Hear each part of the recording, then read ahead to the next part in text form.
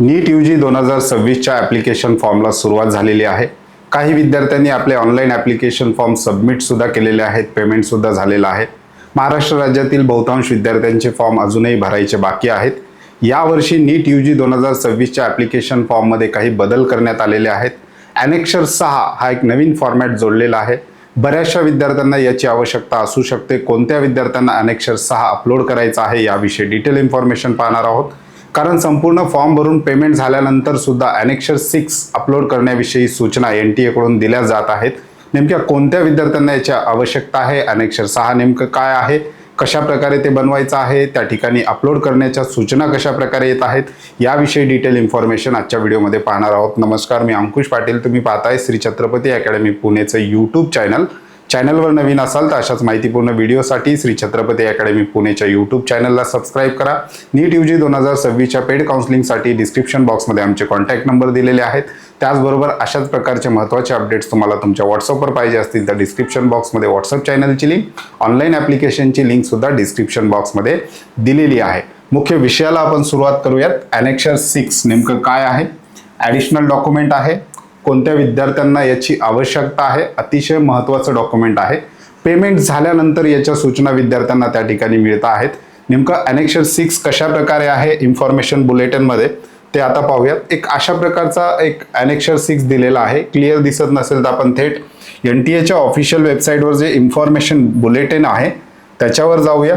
त्या ठिकाणी ॲनेक्सर 6 या पेज नंबर जर तुम्ही बघितलं खाली 118 नंबरच्या पेजवर हे ॲनेक्सर 6 NTAने दिलेलं आहे. बऱ्याचशा विद्यार्थ्यांना याची आवश्यकता पडू शकते. म्हणजे ज्या विद्यार्थ्यांचे आधार डिटेल मिसमॅच झालेले आहेत, आधारवरचा लाईव्ह फोटो जेव्हा NTAचा फॉर्म भरत असताना जो लाईव्ह फोटो कॅप्चर केला जातो तो फोटो आणि आधार कार्डवरचा फोटो मिसमॅच झाला तर या फॉर्मची आवश्यकता आहे. त्याचबरोबर काही विद्यार्थी आधार कार्ड व्यतिरिक्त आयडेंटिटी जे काही आयडेंटिटी डिटेलमध्ये आधार कार्ड व्यतिरिक्त आणखी कुठलं तरी कार्ड किंवा पॅन कार्ड असेल, पासपोर्ट असेल, ह्या गोष्टी वापरत असतील तर त्यांना सुद्धा याची आवश्यकता आहे. डिटेल समजून घेऊयात. अशा प्रकारचा हा एक फॉर्मॅट आहे. हा फॉर्मॅट आपण नंतर डिस्कस करणारच आहोत पुढील स्लाइडमध्ये, परंतु हा फॉर्मॅट NTAच्या इन्फॉर्मेशन ब्रोशर पेज नंबर 118 मध्ये दिलेला आहे. अशा प्रकारचा तो फॉर्मॅट आहे. विद्यार्थी NTAच्या ऑफिशियल वेबसाईटवर जाऊन सुद्धा तो फॉर्मॅट पाहू शकतात. रिक्वायर्ड कोणत्या विद्यार्थ्यांना याची आवश्यकता आहे या ठिकाणी त्यांनी दिलेलं आहे NTAने इन्फॉर्मेशन बुलेटिनमध्ये.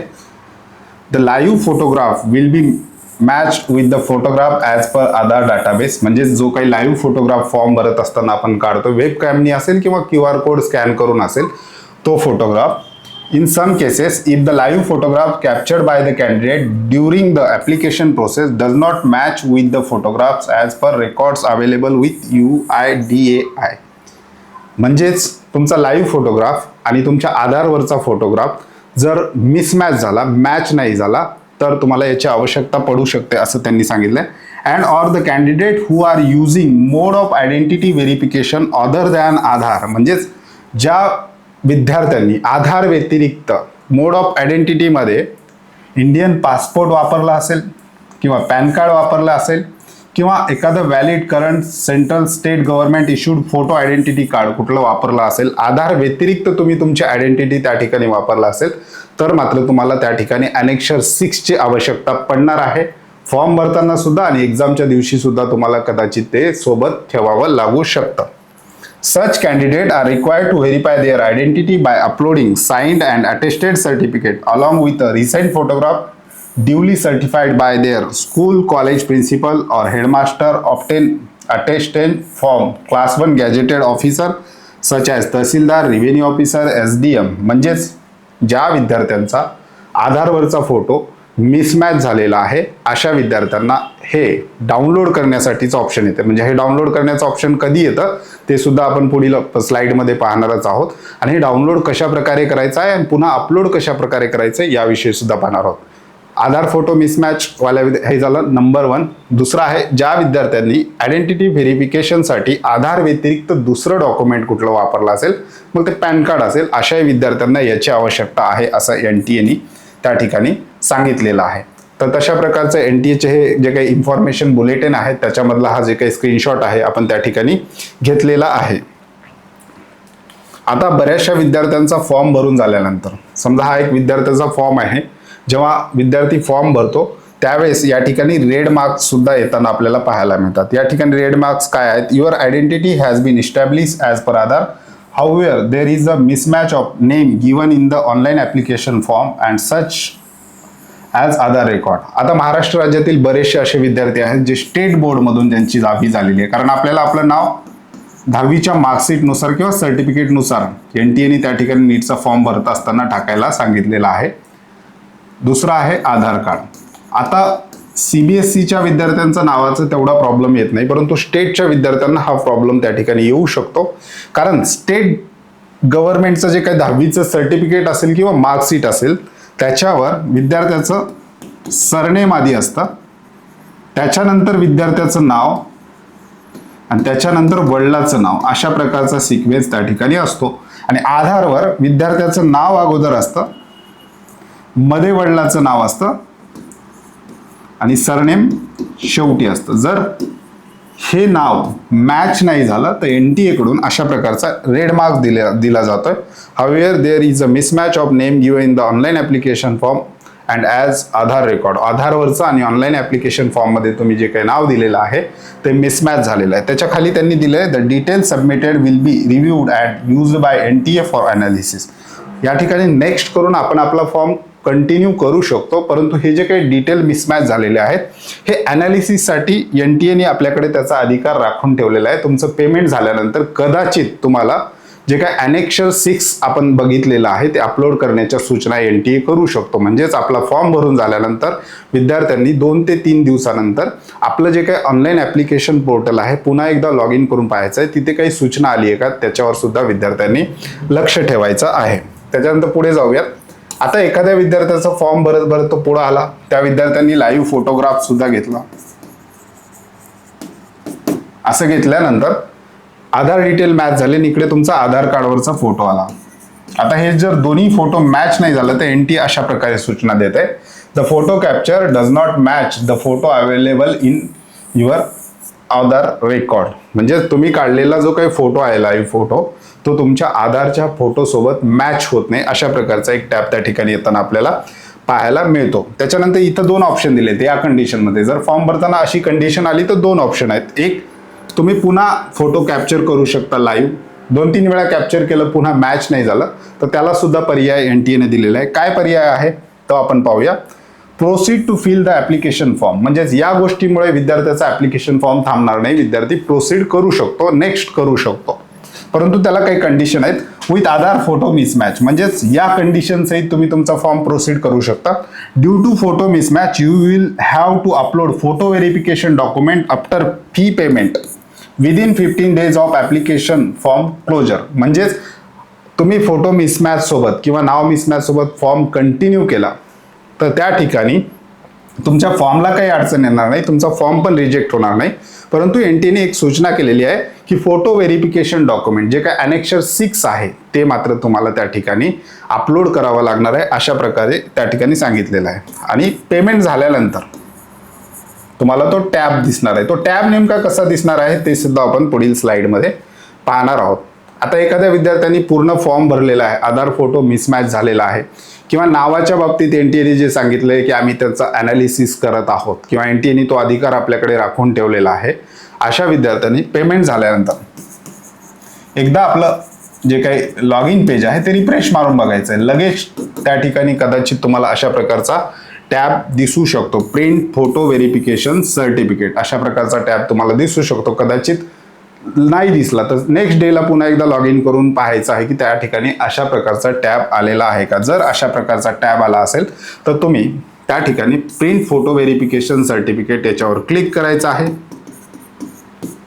क्लिक केल्यानंतर तुम्हाला त्याच ठिकाणी तुमच्या लाईव्ह फोटो सोबत जो काही फॉर्मॅट दिलेला आहे अनेक्षर 6चा तो त्या ठिकाणीच मिळणार आहे. इन्फॉर्मेशन बुलेटिन मधून डाउनलोड करून अपलोड करायचा नाही फोटो लावून, त्या ठिकाणी तुम्हाला हा प्रिंट केल्यानंतर अशा प्रकारे प्रिंट येईल आणि इथं तुमचा ऑटोमॅटिक लाईव्ह फोटोग्राफ येणार आहे.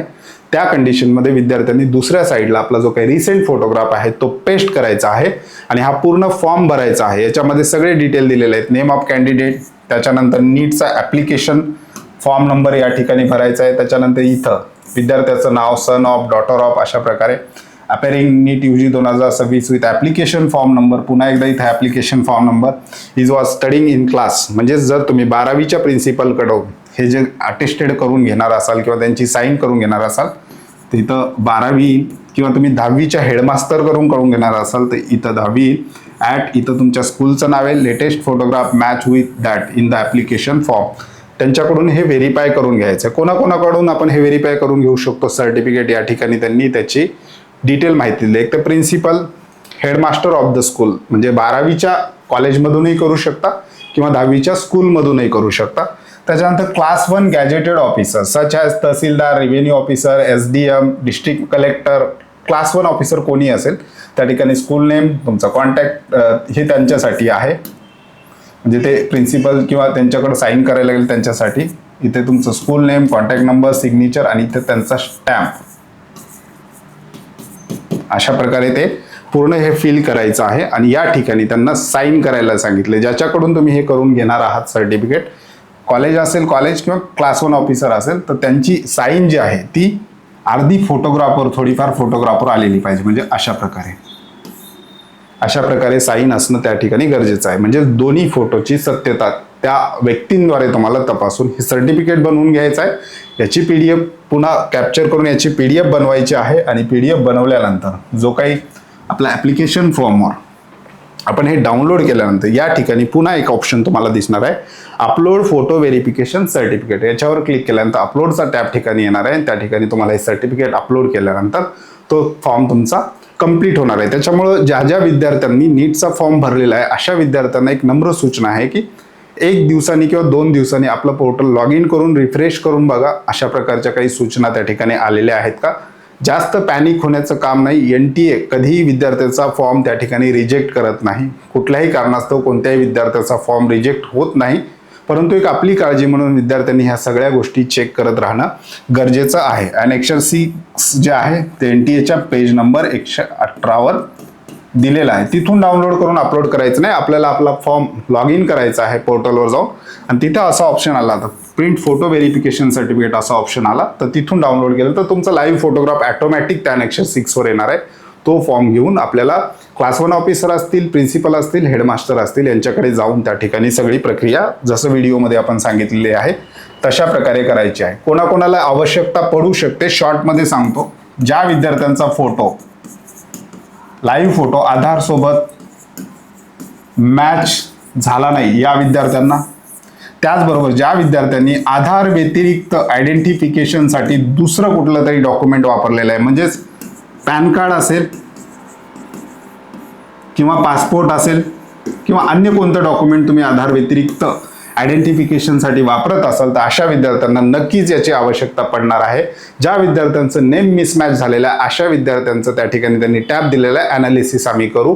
त्यांनी सुद्धा 1-2 दिवसांनी आपला ॲप्लिकेशन फॉर्म त्या ठिकाणी लॉग इन करून रिफ्रेश करून बघायचं आहे. एवढीच महत्त्वाची सूचना देण्यासाठी आपण आलेलो होतो. ज्या विद्यार्थ्यांना श्री छत्रपती अकॅडमी पुणेच्या नीट UG 2026च्या पेड काउन्सिलिंग सर्व्हिसमध्ये सहभागी व्हायचं आहे अशा विद्यार्थ्यांना या ठिकाणी स्क्रीनवर कॉन्टॅक्ट नंबर आपण दिलेले आहेत किंवा डिस्क्रिप्शन बॉक्समध्ये सुद्धा आपले कॉन्टॅक्ट नंबर आहेत.